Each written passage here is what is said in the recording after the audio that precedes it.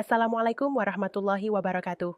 Jumpa lagi dengan saya, Li Yakin, di channel Tomisel Story. Bagaimana kabar kalian? Semoga selalu diberikan kesehatan dan rejeki yang melimpah. Kembali di Tomisel Story, di mana di sini kita akan membacakan cerita-cerita romantis, fiksi, dan yang lainnya. Kita lanjutkan cerita sebelumnya yang berjudul Preman Terkuat di Muka Bumi. Seperti apa kelanjutan ceritanya? Langsung saja kita simak. Bab 69, Jalan Orang Lain. Selagi Mutoro berbicara, dia melihat ke arah teman-teman sekelas perempuan di bawah. Di antara hampir 300 teman sekelas perempuan, hanya ada beberapa yang dia sukai. Namun, dibandingkan dengan Zhang Yina, tidak ada satupun yang bisa dibandingkan. Tiba-tiba, Hua Feng menyadari bahwa mata Mutolang selalu melihat ke arahnya. Awalnya, dia bertanya-tanya apa yang sedang dilihat Mutolang. Setelah diperiksa lebih dekat, ternyata yang menjadi perhatian Mutolang adalah Zhang Yina yang duduk di sebelahnya. Hua Feng, ingat untuk mengundang aku dan kakak Qin saat kamu pergi berkencan dengan Qi Mengyao besok? Zhang Yina berbisik di telinga Hua Feng. Hua Feng masih mendengarkan pelajaran dengan penuh perhatian, tidak menanggapi perkataan Zhang Yina. Hei, kalau kamu tidak setuju, saat kamu kembali, aku dan kakak Qin tidak akan membiarkanmu pergi. Setelah lebih dari 10 detik tanpa tanggapan, Zhang Yina merasa harga dirinya terluka. Dia lupa bahwa sebelumnya berjanji akan bersikap lebih lembut pada Hua Feng. Seperti biasa, dia menggunakan kukunya untuk mencubit daging lembut di bawah dada Hua Feng, lalu memutarnya sejauh 360 derajat. Meski ada lapisan pakaian tipis, kuku Zhang Yina cukup tajam hingga membuat Hua Feng meringis menahan sakit. Namun, dia tetap diam. Aku akan bertahan. Hua Feng menggertakkan giginya dalam hati. Berapa lama kamu bisa bertahan seperti ini? Zhang Yina menatap Hua Feng sambil tersenyum penuh kemenangan. Mutoro, yang berada di podium, memperhatikan ekspresi mereka berdua dan mengira mereka sedang menggoda satu sama lain. Hal ini membuatnya merasa tidak nyaman. Teman-teman, sekarang saya ingin mengundang seorang siswa untuk berbagi cerita menariknya dengan semua orang. Bagaimana menurut kalian? Bagus. Siswa laki-laki di tengah yang mengenakan pakaian biru dan abu-abu, silakan berdiri dan berbicara kepada semua orang. Akan lebih baik jika dalam bahasa Inggris. Mutolang menatap Hua Feng sambil tersenyum. Aku? Hua Feng mendongak dengan bingung. Iya, kamu. Silakan berbagi kehidupan masa lalumu. Oh? Hua Feng berdiri perlahan. Anak-anak orang kaya di kelas langsung menertawakannya. Hua Feng sudah terbiasa dengan cemoohan ini sejak pertama kali datang ke Shanghai. Apa yang ingin dilakukan si manusia burung itu? Yo Chong menutup majalah Playboy dan bertanya pada Jurenyi. Mereka pasti ingin mempermalukan saudara Hua di depan umum, sahut Jurenyi. Hua Feng, duduk saja. Abaikan saja orang mesum itu. Zhang Yina menarik lengan baju Hua Feng, tapi Hua Feng tidak menggubrisnya. Halo semuanya. Saya sudah tinggal di pedesaan sejak kecil, dan ini adalah pertama kalinya saya tinggal di kota besar seperti Shanghai. Jadi, sekarang saya ingin berbagi cerita tentang kehidupan saya di pedesaan. Namun, sebelum Hua Feng melanjutkan, Mutoro buru-buru memotong. Karena kamu belum pernah ke luar negeri, silakan duduk. Sekarang saya ingin berbicara dengan siswa yang pernah tinggal di luar negeri. Oh? Hua Feng duduk kembali. Tawa dari anak-anak orang kaya semakin keras. Apakah ada siswa lain yang ingin berbagi cerita? Tanya Mutoro dengan senyum palsu. Aku. Yo Chong berdiri, menatap Mutoro penuh arti. Baiklah, silakan. Saya ingat suatu hari musim semi yang hangat ketika saya tiba di negara kepulauan terkaya di Asia. Tokyo, surga bagi para pria. Kelas langsung ramai. Yo Chong mulai bercerita dengan gaya teatrikal, membuat semua orang terhipnotis. Namun, tujuan saya ke sana bukanlah menikmati bunga sakura atau gunung Fuji, melainkan untuk menemukan impian saya. Lan Lan dan Jing Jing. Suasana kelas berubah menjadi keheningan penuh rasa ingin tahu. Tapi, sayangnya, Yo Chong menghela napas. Mengapa? Tanya seorang siswa laki-laki. Aku bertemu Lan Lan, tapi... Lalu kenapa kau mendesah? Sahut seorang siswi perempuan. Saya menghabiskan beberapa juta RMB dalam liburan itu, tapi saya tidak menemukan Jing Jing. Yo Chong melanjutkan ceritanya dengan penuh emosi, membuat semua orang terpaku. Namun, bagian yang paling mengejutkan adalah ketika dia menyebut nama Mutoro sebagai saudara kandung bintang AV terkenal, Mutoran. Tuan Mutoro? Yo Chong menatap Mutoro di podium. Mutoro, yang asyik mendengarkan, tanpa sadar mengangguk. Kalau begitu, bolehkah saya bertanya, apa tujuan Anda datang ke sini untuk mengajar, Tuan Mutoro? Wajah Mutoro langsung memerah. Ah, namaku Jackson, bukan Mutoro. Ya, aku tahu nama Inggrismu Jackson, dan nama Jepangnya adalah Mutolang. Aku akan selalu mengingat wajahmu, matamu yang seperti bunga persik. Bukankah cukup bagimu memiliki Mutoran? Bukankah cukup bagimu memiliki gadis-gadis kulit putih dan hitam di Amerika? Apakah kau datang ke Cina untuk mencari gadis-gadis Cina pula? Ini, bisakah kamu bersumpah bahwa kamu bukan Mutoro? Mutoro hanya bisa terdiam, tak mampu membantah. Ketika kelas selesai, sekelompok siswa langsung mengerumuni Mutoro. Tidak ada yang tahu nasibnya setelah itu. Di luar kelas, Hua Feng, You Chong, Zhu Renyi, dan Zhang Yina naik ke dalam mobil Volkswagen Shanghai. Saudara You, aku semakin kagum padamu. Zhu Renyi tertawa sambil duduk di kursi belakang. Ini namanya memberi seseorang rasa obatnya sendiri. Dan semua yang kukatakan tadi berdasarkan fakta. Kalau tidak percaya, aku bisa menunjukkan edisi kolektor Lan-Lan yang kubawa dari Jepang. You Chong tertawa lepas, membuat semua orang di dalam mobil ikut tertawa. Bab 70, melempar dan memutar. Setelah selesai makan malam di kantin, keempat sahabat itu kembali ke asrama. You Chong dan Zhu Renyi turun dari mobil Toyota mereka, mengucapkan selamat tinggal kepada Hua Feng, lalu pergi. Sekarang, hanya Hua Feng dan Zhang Yina yang tersisa di dalam mobil. Xiao Feng, kenapa kamu begitu peduli pada Suster Qin? Apakah kamu mencintainya? Tanya Zhang Yina dengan nada cemburu. Lalu kenapa? Dibandingkan dengan konselor, kamu tidak ada apa-apanya, balas Hua Feng sambil tersenyum menggoda. Wajah Zhang Yina langsung memerah. Ini pertama kalinya ada pria yang berani menggoda dirinya seperti itu. Apa aku seburuk itu? Tanya Zhang Yina dengan suara pelan. Maaf, aku hanya bercanda, kata Hua Feng, kembali ke sikap tenangnya. Melihat ekspresi serius Hua Feng, Zhang Yina ingin mengatakan sesuatu, tapi ia ragu-ragu. Akhirnya, ia hanya diam dan mengikuti Hua Feng keluar dari mobil. Nona, asrama Anda ada di sana, ujar Hua Feng sambil menunjuk ke arah gedung asrama perempuan. Aku tahu, jawab Zhang Yina pelan.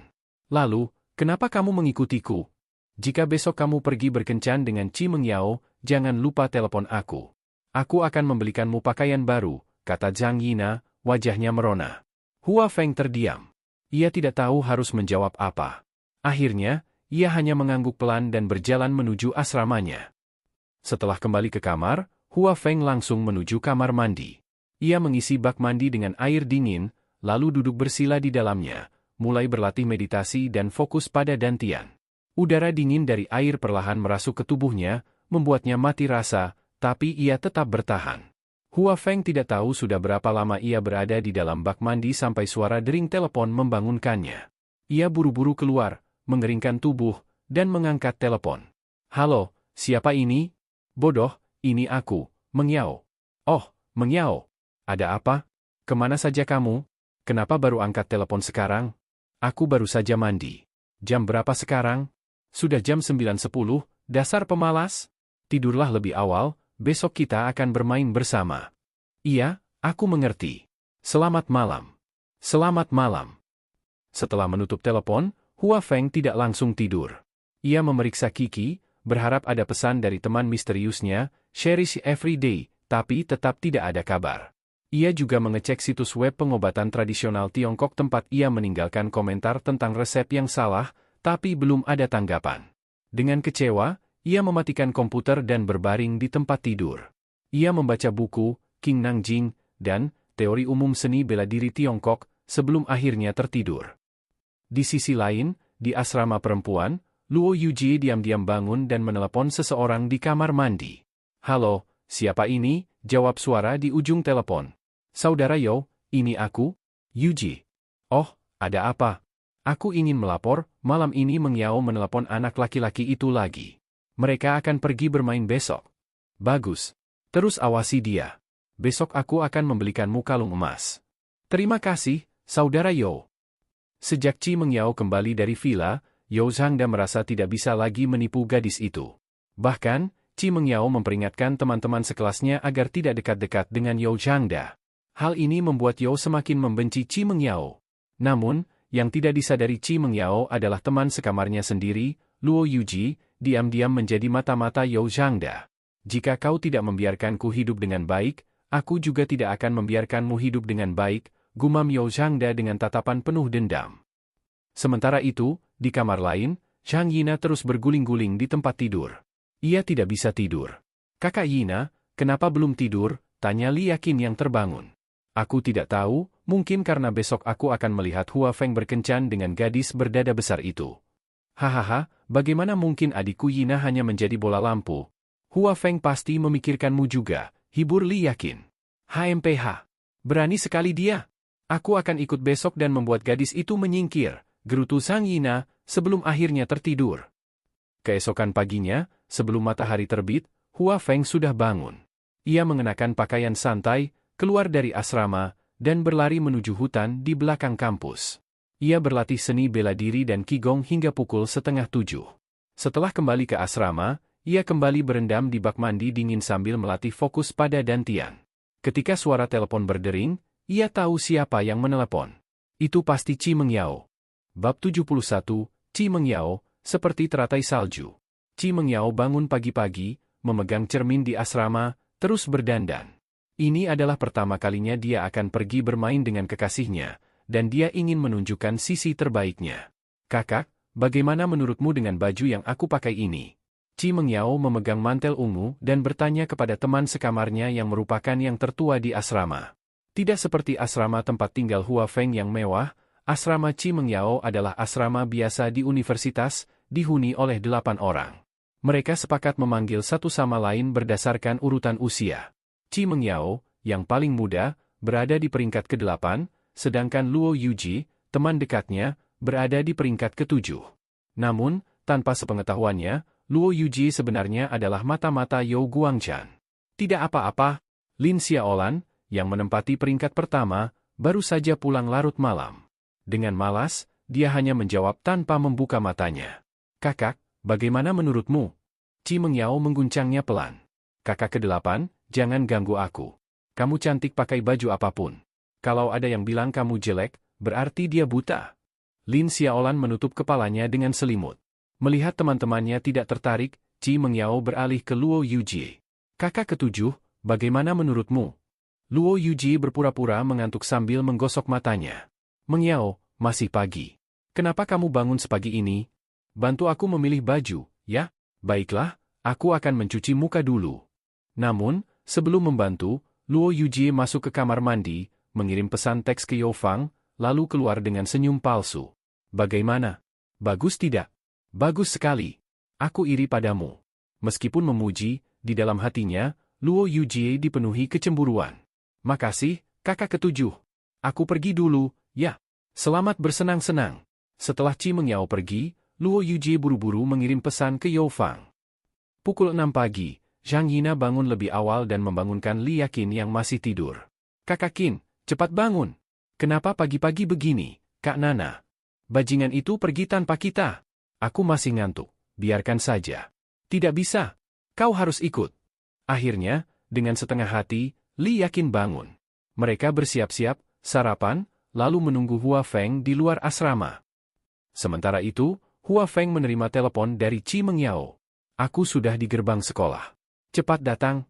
Hua Feng awalnya ingin pergi dengan pakaian santai, tetapi akhirnya memilih setelan jas pemberian Yo Chong.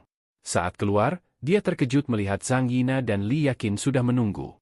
Zhang Yina tampak seperti mawar merah yang sedang mekar, sedangkan Li Yakin seperti bauhinia air yang anggun. Kalian sudah keluar?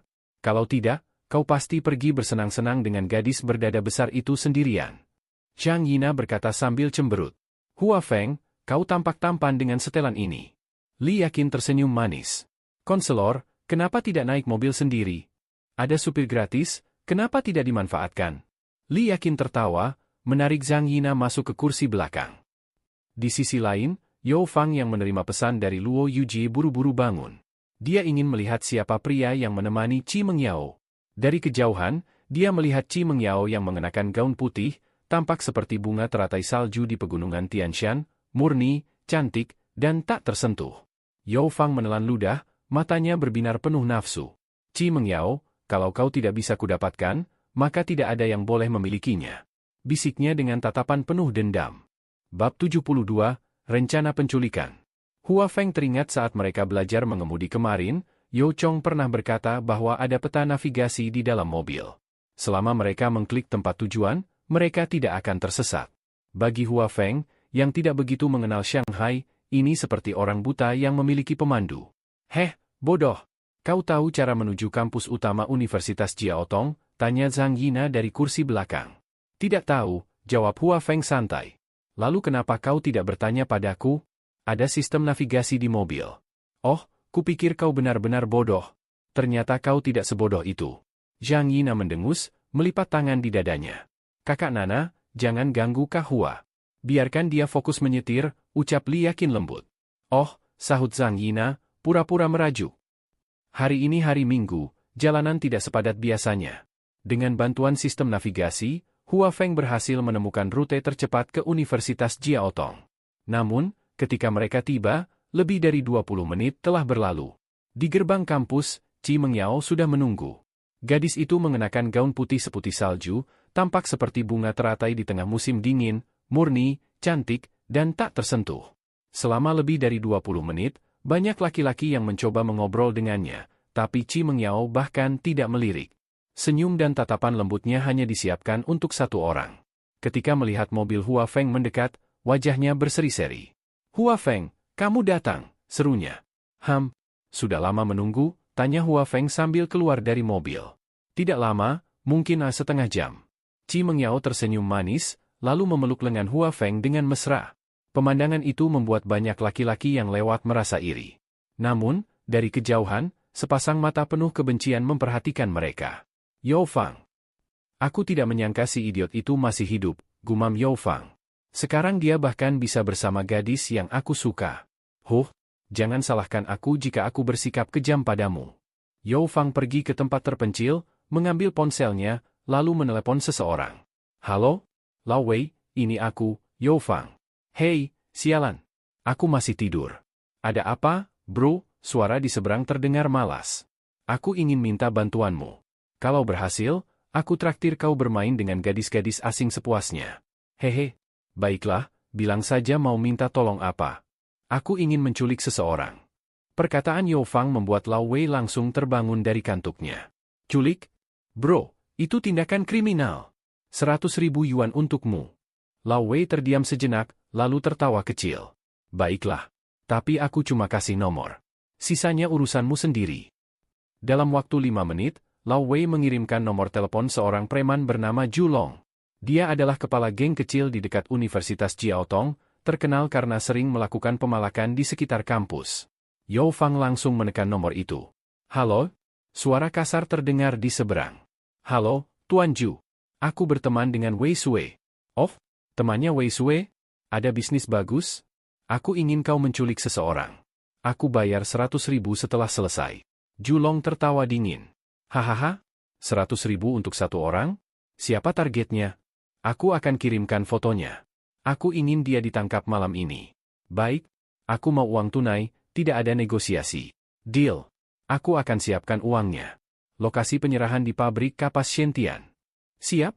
Aku kirim anak buahku malam ini.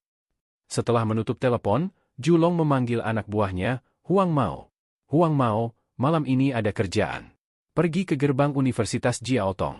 Ambil foto target dari seseorang di sana. Siap, bos, sahut Huang Mao. Tidak butuh waktu lama bagi Huang Mao untuk sampai di gerbang Universitas Jiaotong. Yo Fang menyerahkan foto Chi Mengyao secara diam-diam, lalu pergi tanpa banyak bicara. Ketika melihat foto itu, air liur Huang Mao hampir menetes. Bos, gadis ini benar-benar segar. Kita bisa bersenang-senang sebelum menyerahkannya, kan? Ujar Huang Mao sambil tertawa mesum. Zhu Long menyeringai. Asal jangan meninggalkan jejak. Kalau si pelanggan tahu, bisa-bisa kita tidak dibayar. Baik, bos. Aku akan pastikan dia disentuh tanpa ada yang tahu. Matahari mulai tenggelam, membawa suasana malam yang dingin.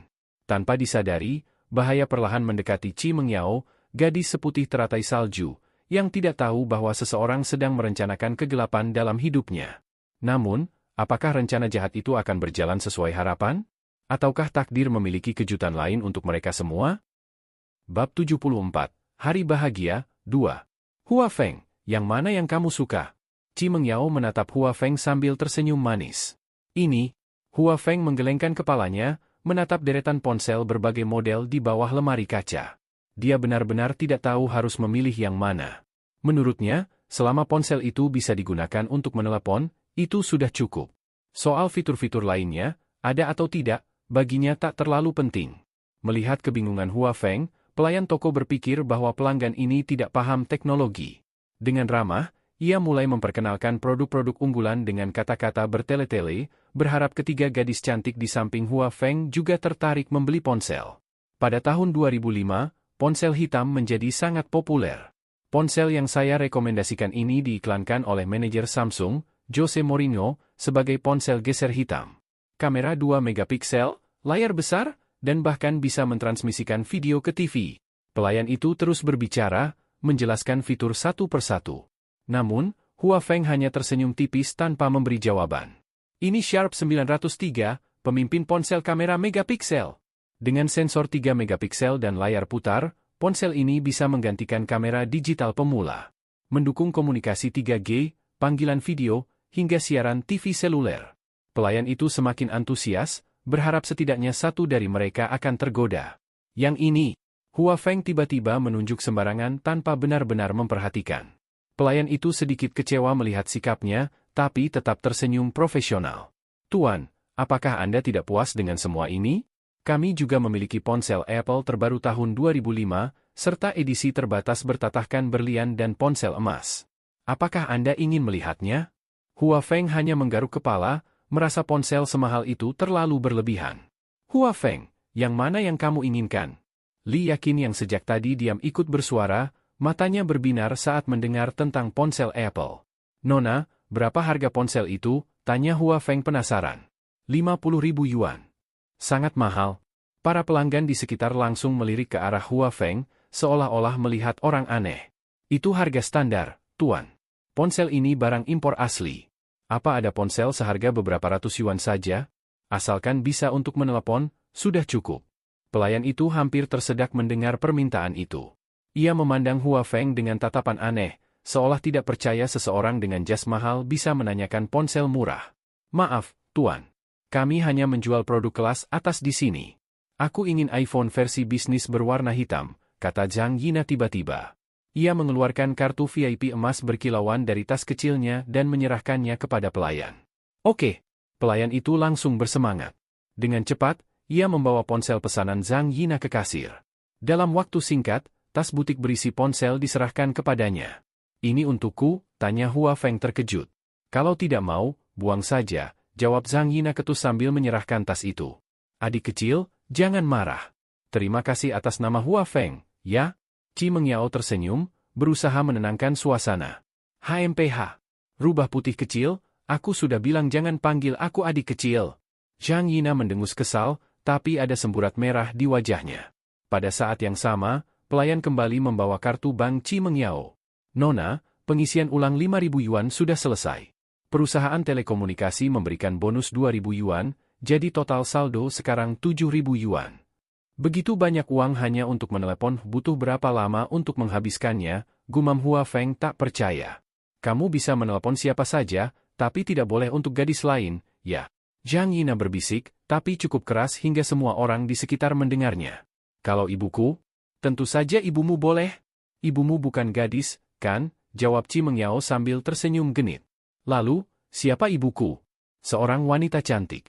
Hei, sudah beli ponsel, ayo kita pergi. Zhang Yina buru-buru memotong pembicaraan. Pelayan itu tersenyum puas, diam-diam bersyukur mendapat pelanggan seperti mereka. Setelah keluar dari toko ponsel, mereka berempat melanjutkan perjalanan. 3 wanita cantik, kemana kita akan pergi sekarang? Tanya Hua Feng sambil tersenyum. Ada toko pakaian kasual di sebelah. Bagaimana kalau kita melihat-lihat? Usul Li Yakin. Tanpa menunggu jawaban, Qi Mengyao langsung menarik Hua Feng ke area pakaian pria. Begitu mereka masuk, ketiga wanita cantik itu langsung menarik perhatian banyak pria yang tengah berbelanja. Namun, perhatian mereka hanya tertuju pada pakaian dan, tentu saja, Hua Feng. Rasa iri dan cemburu terlihat jelas di mata para pria. Tiba-tiba, dari sudut matanya, Hua Feng melihat sosok yang tampak tidak asing. Punggung seseorang yang pernah dikenalnya?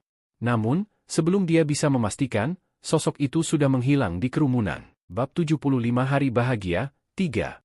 Baru-baru ini, Wu Lin sibuk menyelidiki kasus orang hilang dan mayat tanpa kepala selama beberapa hari. Namun, selain memastikan bahwa mayat tanpa kepala itu adalah karyawan pabrik tekstil yang awalnya melaporkan kasus tersebut, tidak ada petunjuk lain yang ditemukan. Atasannya mulai mendesak agar kasus itu segera diselesaikan. Merasa tertekan, Wu Lin memanfaatkan hari Minggu untuk berjalan-jalan, menenangkan pikirannya, sekaligus mencari inspirasi. Mengapa dia ada di sini juga? Hua Feng berpikir dalam hati saat matanya tak sengaja menangkap sosok Wu Lin di toko pakaian kasual wanita di sebelah. Hei, apa kamu sedang melihat gadis-gadis cantik? Zhang Yina melirik curiga. Ia mengira Hua Feng sedang memperhatikan wanita-wanita modis yang tengah memilih pakaian. Bukankah kalian juga wanita cantik? Ujar Hua Feng, berusaha membela diri. Aku hanya berpikir, terakhir kali semua pakaian konselor dibuang, jadi kita harus membelikannya pakaian baru. Mendengar itu, Li Yakin tersenyum manis. Benarkah? Ternyata Hua Feng tidak melupakanku sebagai konselornya. Hua Feng mengangguk malu. Kalau begitu, bagaimana denganku? Aku juga mau dibelikan, timpal Chi Mengyao penuh harap. Zhang Yina di samping hanya diam, tapi sorot matanya jelas menunjukkan keinginan yang sama. Haha, baiklah, aku belikan semuanya. Ketika mereka berempat memasuki toko, para pelanggan langsung menoleh. Kehadiran tiga wanita cantik itu menarik perhatian banyak pria yang sedang berbelanja. Seorang pelayan muda segera mendekat dengan senyum ramah. Selamat datang. Pakaian seperti apa yang Anda cari? Biarkan kami melihat-lihat dulu, ujar Zhang Yina, terdengar sedikit tidak sabar. Pelayan itu hanya tersenyum dan berdiri di samping tanpa mengganggu. Pakaian kasual yang dijual di toko ini adalah merek ternama dari Tiongkok. Kualitasnya terjamin, desainnya modern, dan warnanya menarik. Namun, harganya juga sangat mahal. Harganya 8.888 yen. Harganya 9.999 yen. Hua Feng menelan ludah. Baginya, selama pakaian nyaman, pas di badan, dan bersih, merek bukanlah hal penting. Ia ingin menyarankan untuk membeli di tempat lain, tapi setelah melihat antusiasme ketiga gadis itu, ia mengurungkan niatnya. Hua Feng, bagaimana menurutmu tentang 3 set ini? Li Yakin menunjukkan pakaian berwarna putih, abu-abu, dan merah anggur. Itu sangat cantik, jawab Hua Feng sambil tersenyum. Zhang Yina juga membawa 3 set pakaian berwarna hitam, biru, dan coklat. Itu juga bagus, katanya lagi. Sementara itu, Chi Mengyao memilihkan 3 set pakaian putih muda untuk Hua Feng. Apakah kamu suka? Tanyanya lembut. Suka. Haha, bagus kalau kamu suka. Hua Feng sempat kaget ketika menyadari total 9 set pakaian itu hampir mencapai 100.000 yen. Apakah tidak terlalu banyak? Tanyanya ragu. Kenapa?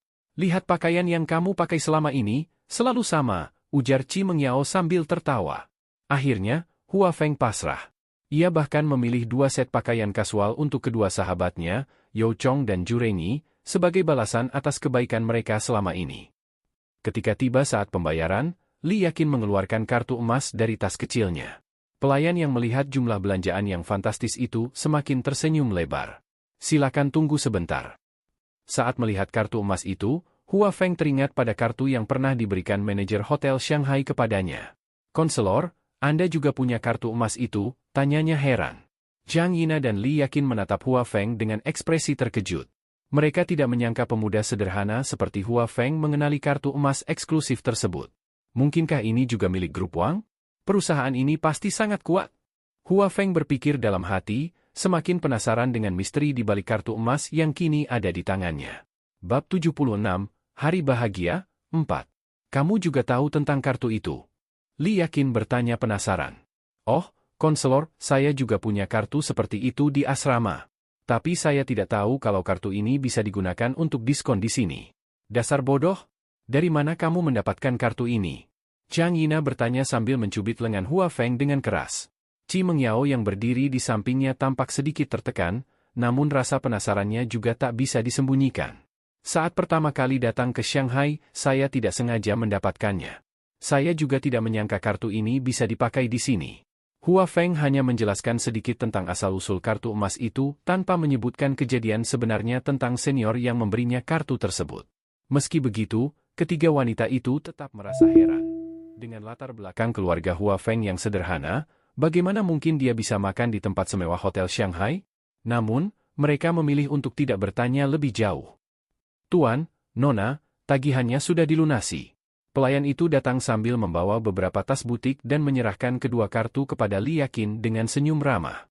Pelayan, bagaimana kami bisa membawa begitu banyak tas? Tanya Chi Mengyao sambil melirik tumpukan belanjaan mereka.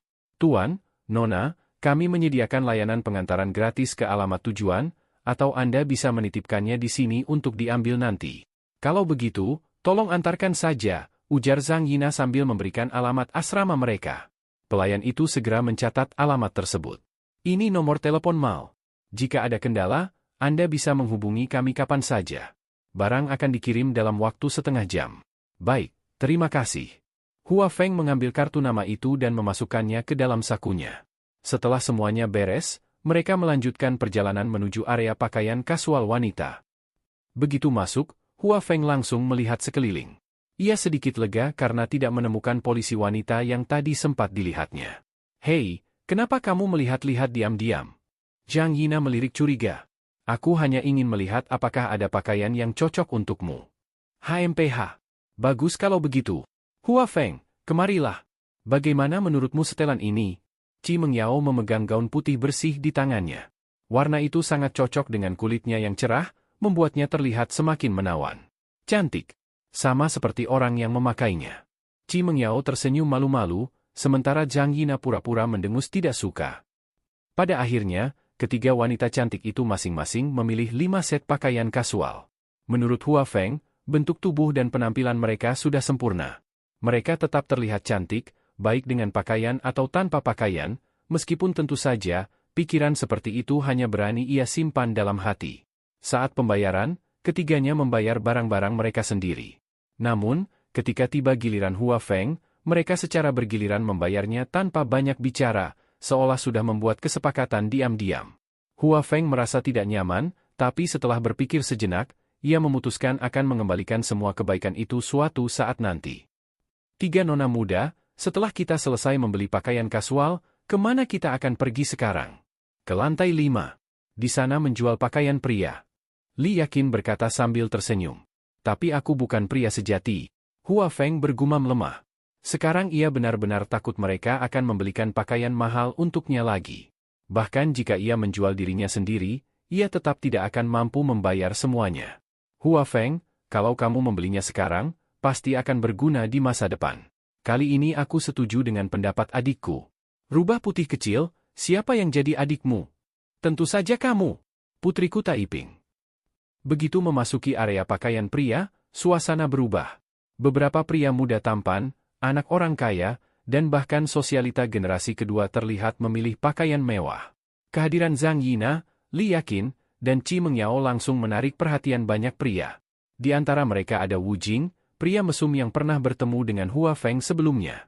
Namun, Wu Jing sama sekali tidak mengenali Hua Feng yang kini berpakaian rapi dengan merek terkenal. Hai, sepupu, lihat. Ada 3 wanita cantik masuk.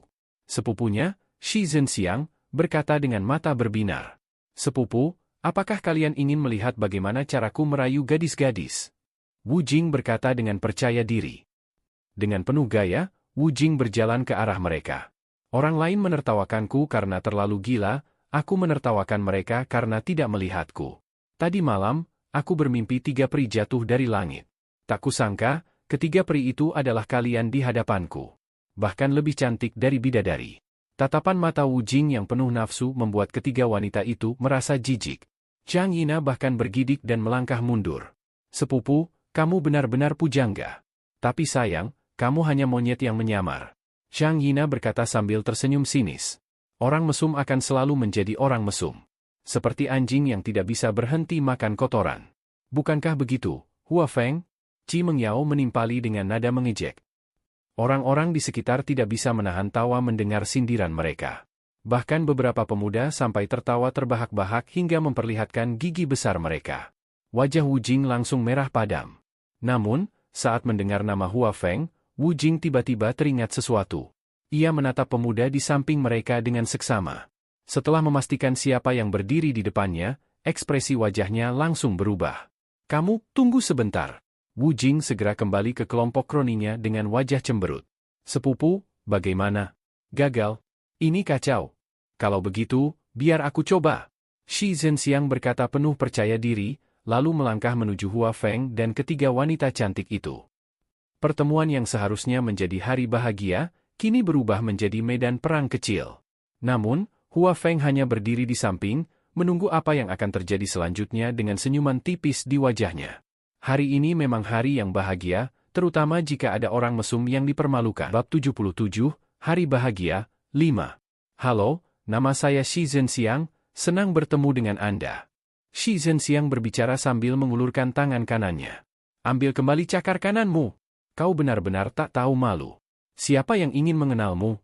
Lagi pula, kami bukan seniman pertunjukan, dan kami tidak ingin mengenalmu. Kami tentu tidak akan berjabat tangan dengan barang-barang, meskipun dia mengaku baunya harum. Anda, ada apa denganku? Putri Taiping, janganlah bersikap tidak tahu malu. Keluar dari sini, Zhang Yina berkata dengan keras. Dia paling benci jika ada yang memanggilnya Putri Taiping, terutama di depan Hua Feng dan Qi Mengyao, yang membuatnya makin marah. Baiklah, tunggu saja. Aku dari keluarga Wu di Shanghai. Kau telah menyinggung pangeran keluarga Wu, dan kau juga telah menyinggungku. Tunggu saja pembalasan dendam keluarga Wu. Shi Zhenxiang berbicara dengan arogan, lalu berjalan kembali ke kelompok teman-teman jahatnya tanpa menoleh ke belakang. Kamu tidak tahu batas kemampuanmu sendiri. Tepat sekali.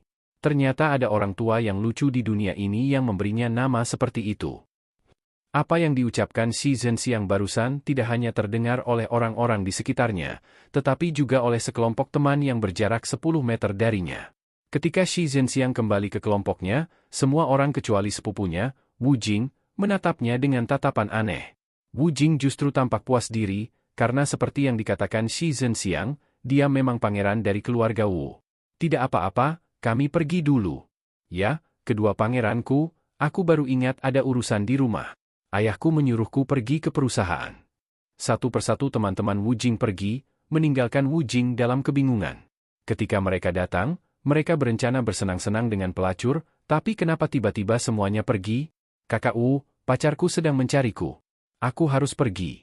Wei Shengjin, bukankah kau yang pernah bilang wanita itu seperti pakaian, dan saudara laki-laki seperti anggota tubuh?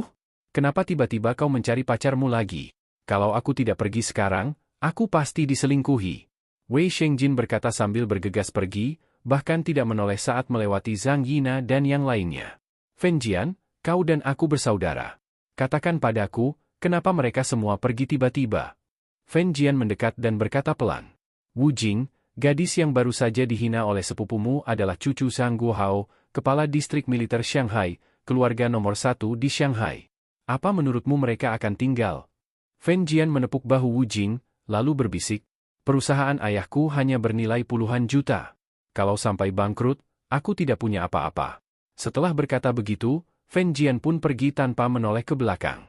Wu Jing dan Shi Zhenxiang hanya bisa berdiri terpaku, wajah mereka pucat pasi. Sepupu, apa yang harus kulakukan? Dasar tak berguna. Sudah kubilang, jangan sombong saat keluar rumah. Sekarang kau malah menyinggung orang yang salah. Saya juga belajar dari Anda. Apa katamu? Tidak, tidak ada. Wu Jing menarik napas panjang. Pergilah dan minta maaf pada mereka. Shi Zhenxiang menundukkan kepala, berjalan pelan ke arah Zhang Yina dan teman-temannya. Tuan, Nona, ada yang bisa saya bantu? Apakah ada koleksi pakaian pria terbaru di sini? Li Yakin bertanya sambil tersenyum. Pelayan itu mengangguk ramah.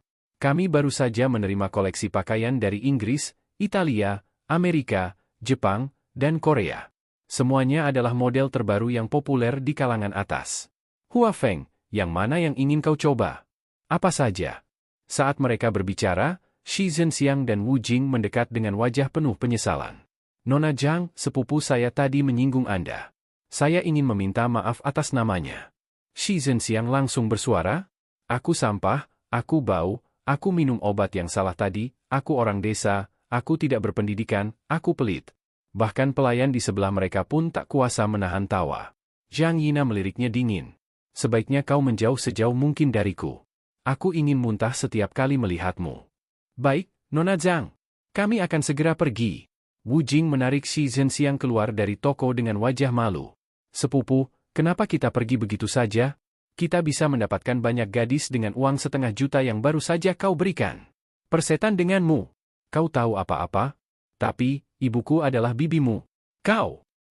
Sementara itu, Hua Feng keluar dari ruang ganti dengan setelan kotak-kotak abu-abu polos, kemeja motif bunga biru tua, dasi kupu-kupu kuning, sepatu kulit coklat, dan tas kulit hitam di tangannya.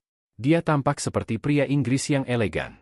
Namun, Hua Feng merasa tidak nyaman seolah-olah ada jutaan semut yang menggigit tubuhnya, terutama ketika pelayan dan 3 wanita cantik menatapnya tanpa berkedip.